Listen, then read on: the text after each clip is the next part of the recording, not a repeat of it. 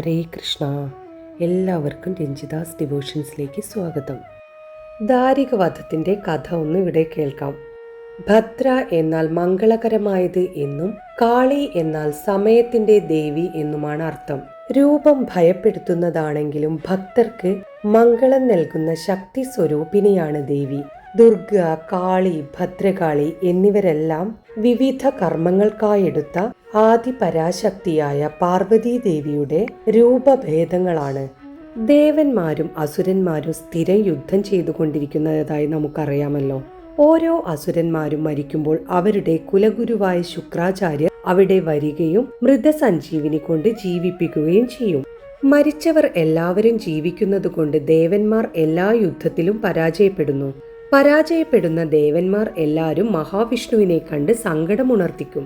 മഹാവിഷ്ണു ദേവന്മാരെ രക്ഷിക്കാൻ വേണ്ടി പോവും. സുദർശന ചക്രം ഉപയോഗിച്ച് കുറെ അസുരന്മാരെ കൊല്ലും. സുദർശന ചക്രം കൊണ്ട് കൊല്ലുന്നത് കൊണ്ട് അസുരന്മാരെ പുനർജീവിപ്പിക്കാൻ ശുക്രാചാര്യർക്ക് കഴിഞ്ഞില്ല.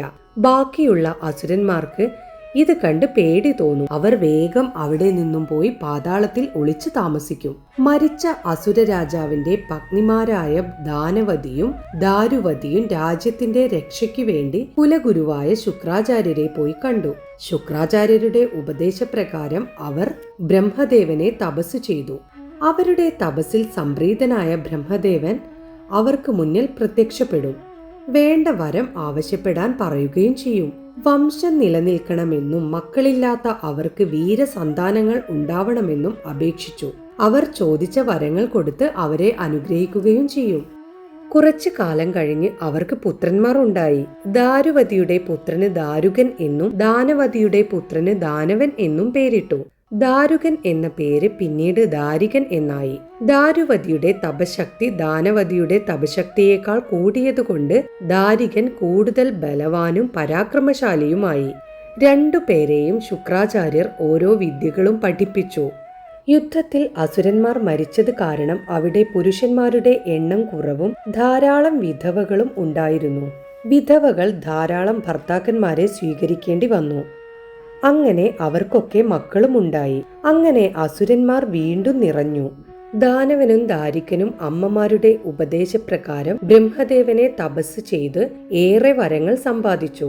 ദാരികൻ എന്നും അജയ്യനായി തീരണമെന്നും എങ്ങാനും മരണം ഉണ്ടാവുകയാണെങ്കിൽ ഒരു സ്ത്രീയുടെ യോനിയിലൂടെ ജനിക്കാത്ത ഒരു സ്ത്രീയുടെ കൈകൊണ്ടാവണം മരണം എന്നും ഉള്ള വരം വാങ്ങും. യുദ്ധത്തിൽ എന്റെ ചോര വീഴുമ്പോൾ ഓരോ തുള്ളിയിൽ നിന്നും ഓരോ ദാരുകൻ വീതം ഉണ്ടാവണമെന്നും പറയും. ദാനവനും ആവശ്യപ്പെട്ട വരങ്ങളെല്ലാം കൊടുക്കും. ഈ വരങ്ങളെല്ലാം കൊടുത്ത് ബ്രഹ്മദേവൻ അനുഗ്രഹിക്കും. വരങ്ങളൊക്കെ കിട്ടിയ ശേഷം രണ്ടാളും ഉപദ്രവങ്ങൾ തുടങ്ങി. മഹർഷിമാരെയൊക്കെ കൊല്ലുകയും ദേവന്മാരെയും മറ്റും ഉപദ്രവിക്കുകയും ഒക്കെ ചെയ്തു. അവർ കൂടുതൽ അഹങ്കാരികളായി.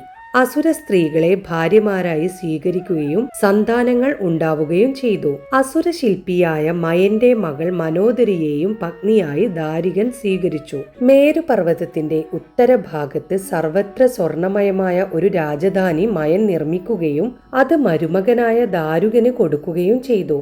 ദാരുകനും പത്നിയും പല അസുരന്മാരും അവിടെ താമസിക്കാൻ തുടങ്ങി. എല്ലാവിടെയും പോയി ദാരുകനും മറ്റ് അസുരന്മാരും ആക്രമിക്കാൻ തുടങ്ങി. ദേവലോകത്ത് പോയി ദേവേന്ദ്രന്റെ സിംഹാസനം തല്ലി തകർത്തു. പരമശിവനെയും മഹാവിഷ്ണുവിന്റെ അനുചരന്മാരെയും അവർ ആക്ഷേപിച്ചു. അളകാപുരിയിൽ പോയി കുബേരനെയും ആക്രമിച്ചു. ദാരുകന്റെ ഉപദ്രവത്തിന് പരിഹാരം എന്താണെന്ന് ത്രിമൂർത്തികളും ദേവന്മാരും എല്ലാവരും കൂടി ചേർന്ന് ആലോചിച്ചു. ബ്രഹ്മദേവൻ കൊടുത്ത ആ വരത്തെക്കുറിച്ച് അവിടെ പറഞ്ഞു. ആ വരം അനുസരിച്ച് പരമശിവനും മഹാവിഷ്ണുവിനും ഒന്നും തന്നെ ദാരുകനെ വധിക്കാൻ പറ്റില്ല. ഇന്ദ്രൻ, വരുണൻ, യമൻ, സുബ്രഹ്മണ്യൻ എന്നീ 4 ദേവന്മാരുടെ അംശങ്ങൾ കൊണ്ട് 4, ത്രിമൂർത്തികളുടെ അംശങ്ങൾ കൊണ്ട് 3, അങ്ങനെ 7 അംശങ്ങൾ കൊണ്ട് സൃഷ്ടിച്ച 7 സ്ത്രീകളെ ഒരു വലിയ പടയോടുകൂടി ദാരികനെ വധിക്കാൻ അവർ ദാരികന്റെ രാജധാനിയിലേക്ക് അയച്ചു. ദാരികനും 7 മാതാക്കളും, അതായത് സപ്തമാതാക്കൾ, അവർ തമ്മിൽ യുദ്ധം തുടങ്ങി. 7 ദിവസം നീണ്ടുനിന്ന ആ യുദ്ധത്തിൽ സപ്തമാതാക്കൾ പരാജയപ്പെട്ടു. നാരദർ ആ വാർത്ത കൈലാസത്തിൽ ചെന്ന് പരമശിവനോട് പറയും. കോപം പൂണ്ട മഹാദേവന്റെ തൃക്കണ്ണിൽ നിന്നും ഭയപ്പെടുത്തുന്ന മുഖത്തോടു കൂടിയ ഒരു ഘോര രൂപിണി അംബിക പുറത്തു വന്നു. മഹാദേവൻ അരുളി ചെയ്തു, നീ ഉദ്ഭവിച്ചത് ദാരികനെയും അനുജനെയും വധിക്കാനാണ്. അയോനിജയായ ഒരു സ്ത്രീക്ക് മാത്രമേ അവരെ വധിക്കാൻ കഴിയൂ എന്ന വരം കിട്ടിയിട്ടുണ്ട്. നീ പോയി ദാരികനെ വധിച്ച് ശിരസ് എന്റെ മുന്നിൽ കാഴ്ചവെക്കുക. അതിനുവേണ്ട എല്ലാ അനുഗ്രഹങ്ങളും ആയുധമായി ഒരു വാളും ഞാൻ തരാം. നീ ലോകമാതാവാണ്. എല്ലാവർക്കും രക്ഷയാകുന്ന ഭദ്രയായി എന്നും വാഴുക. ഭദ്രകാളി എന്ന പേരും നൽകുന്നു എന്നു മഹാദേവൻ പറയും. പിതാവിനെ നമസ്കരിച്ച് ഭദ്രകാളി യാത്രയാകുന്നു. കോടാനുകോടി ശിവഭൂതങ്ങളും കൂടെ പോയി വേതാളത്തെ തന്റെ വാഹനമായി സ്വീകരിച്ചു. അങ്ങനെ ദേവി ദാരികന്റെ അടുത്തെത്തി. അവിടെ യുദ്ധം തുടങ്ങി.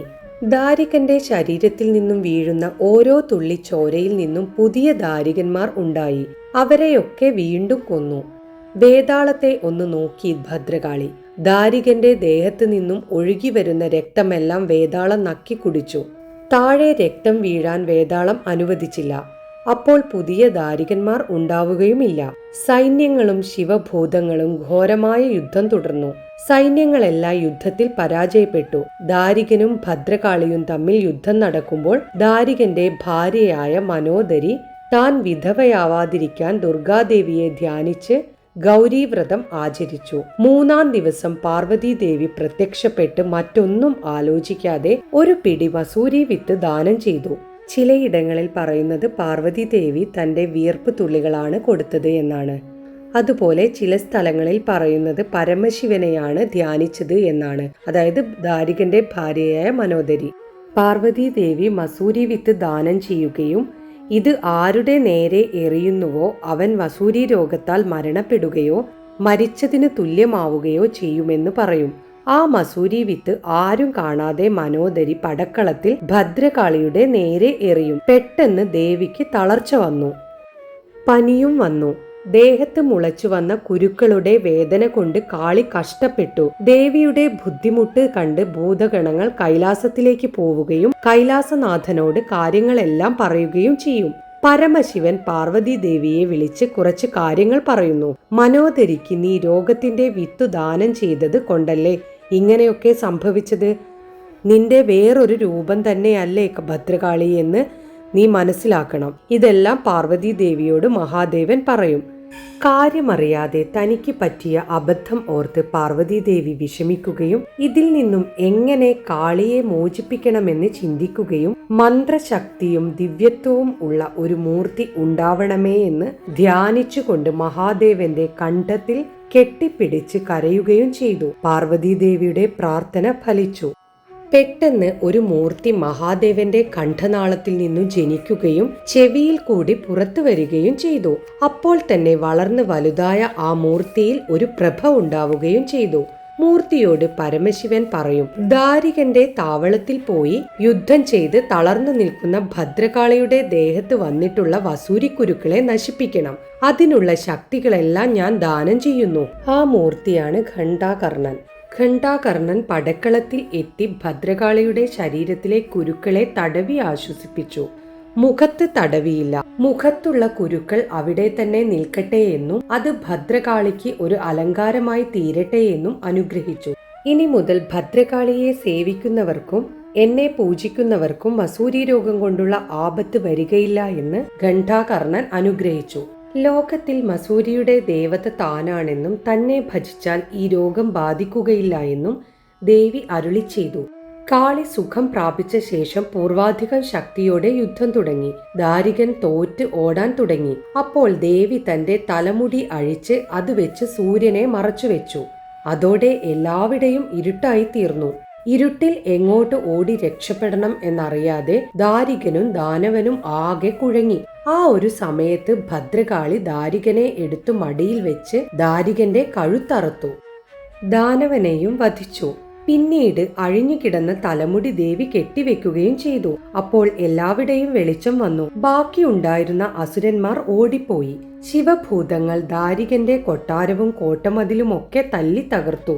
ദേവി വധിച്ചത് കണ്ട് ദേവന്മാരും മഹർഷിമാരും അങ്ങനെ എല്ലാവരും സന്തോഷിച്ച് ആനന്ദ നൃത്തമാടി പുഷ്പവൃഷ്ടി നടത്തുകയും ചെയ്തു.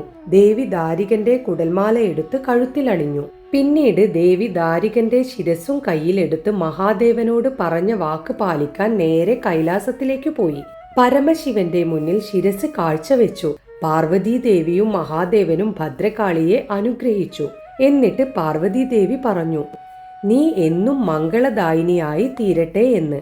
നിന്റെ രൂപം കളമെഴുതി പൂജിക്കുന്നവർക്കും നിന്റെ മാഹാത്മ്യം സ്തുതിക്കുന്നവർക്കും എല്ലാ മംഗളങ്ങളും ഉണ്ടാവുമെന്നും നീ ലോകത്തിലെ അധർമ്മനാശിനിയായും ഭവാനിയായും കീർത്തിക്കപ്പെടുമെന്നും മഹാദേവനും അനുഗ്രഹിച്ചു. അന്നു മുതൽ ലോകത്തിന് മംഗളം നൽകുന്നതിനും ധർമ്മത്തെ സംരക്ഷിക്കുന്നതിനും ഭദ്രകാളി തിളങ്ങുന്നു. ദാരികനെ വധിച്ച ശേഷവും കാളിയുടെ കോപം അടങ്ങാതെ വന്നപ്പോൾ കോപം ശമിപ്പിക്കാനായി മഹാദേവൻ കാളിയുടെ കാലിന് അടിയിൽ കിടക്കുന്നു എന്നും ഒരു സങ്കല്പമുണ്ട്.